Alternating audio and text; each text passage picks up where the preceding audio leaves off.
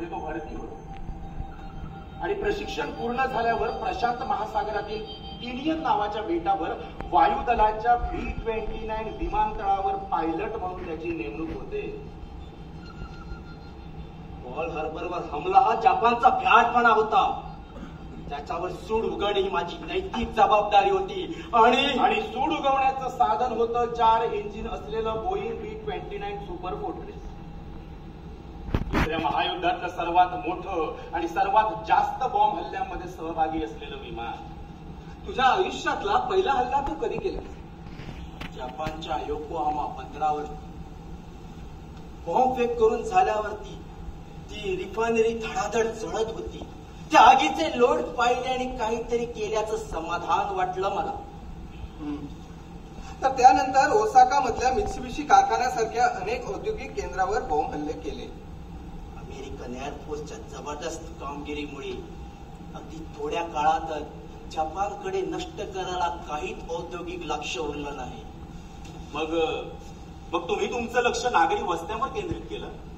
आम्हाला जपानच्या युद्ध करण्याच्या क्षमतेचं नव्हे, त्याच्या इच्छेचं खच्चीकरण करायचं होतं. कोणत्या शहरापासून सुरुवात केली?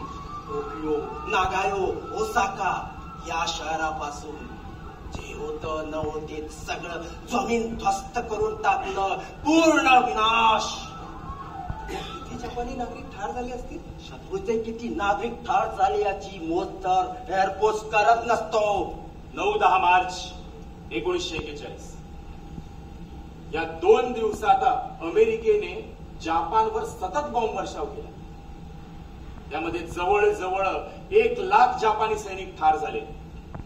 हिरोशिमा आणि नागासाकीवर अणुबॉम्ब फेकल्यानंतरही जितके जपानी सैनिक किंवा जितके नागरिक ठार झाले नसतील त्याही पेक्षा जास्त. खरं सांगायचं तर मला याविषयी अजिबात वाईट वगैरे वाटत नाही.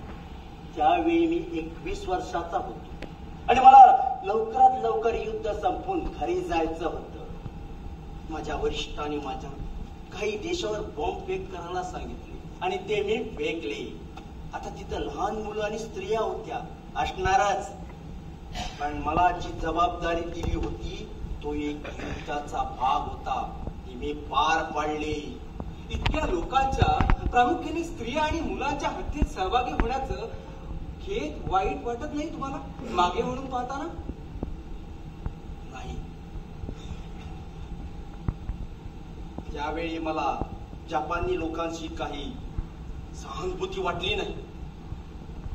तू आता असं म्हणशील की तू त्यावेळी सामान्य नागरिक होतास, पण मी तुला असा प्रश्न विचारतो की सामान्य नरसंहारात प्रत्यक्ष सहभाग होता तुझा, मग त्या संहारापासून तू नामानिराळा कसा राहू शकतोस? माझ्याकडे उत्तर नाही आहे त्याचं. मला एक सांग, तू जेव्हा जपानवर अणुबॉम्ब फेकलेस त्यावेळी त्या मेलेल्या जपानी सैनिकांबद्दल तुला सहानुभूती वाटली? नाही. नाही म्हणजे आता तू सांगशील की तू याचं उत्तर देऊ शकत नाही. माझ्याकडे उत्तर नाही आहे. ठीक आहे. मी तुला अजून एक स्पष्ट प्रश्न विचारतो. युद्ध संपल्यानंतर कधी जपानला भेट दिली होतीस? हो. हो. युद्ध संपल्या मी लगेच प्युरो शहराला भेट दिली. ठीक आहे. भेटीचं कारण? कारण व्यक्तिगत होतं. ते विचारण्याचा तुम्हाला काही अधिकार नाही. तर कोणतीही गोष्ट वैयक्तिक नाही मिस्टर पॉल.